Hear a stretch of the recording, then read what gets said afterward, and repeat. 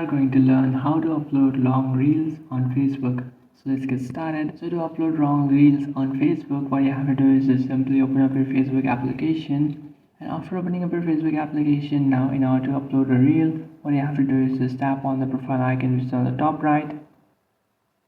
After tapping on your profile, you can just simply open up your profile, and from here just scroll down and then tap on reels, and then just simply tap on create a reel, which is on the bottom of your screen. After tapping on create a reel, now you can just simply go ahead and create a reel for your Facebook.